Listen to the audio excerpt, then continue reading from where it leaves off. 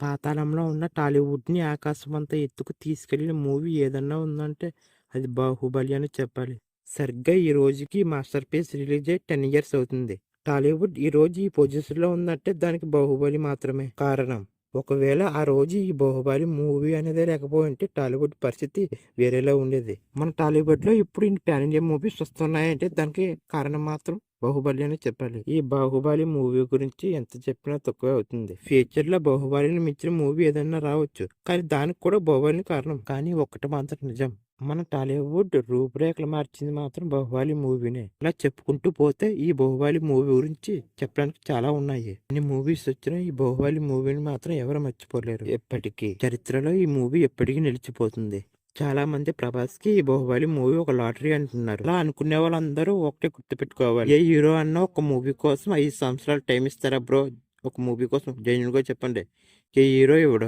ఏ hero అన్నా ఒక movie కోసం 5 సంవత్సరాలు టైం ఇస్తే ఒకవేళ ఆ మూవీ ఫ్లాప్ అయితే లైఫే రిస్క్‌లో పడుతుందని ఏ హీరో 5 సంవత్సరాలు టైం ఇవ్వడు. కానీ ప్రభాస్ అన్న 5 సంవత్సరాలు రాజమౌళిని స్టోరీని నమ్మి తన లైఫ్‌ని రిస్క్‌లో పెట్టాడు.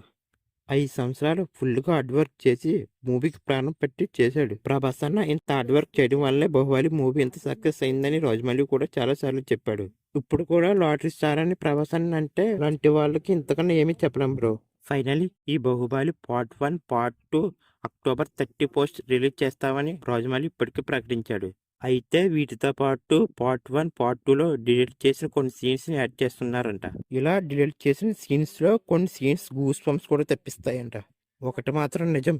ఈ 'బాహుబలి' మూవీ టాలీవుడ్‌కి దొరికిన ఒక డైమండ్ లాంటిది.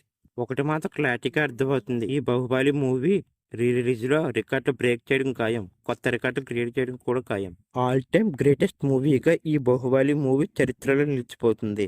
చాలామంది ఈ 'బాహుబలి' లాంటి మూవీ తీయని చెప్పి అడ్రస్ లేకుండా పోయారు. అద్భుతం ఒకేసారి జరుగుతుంది. పదే పదే జరిగితే అది అద్భుతం అవ్వదు కదా!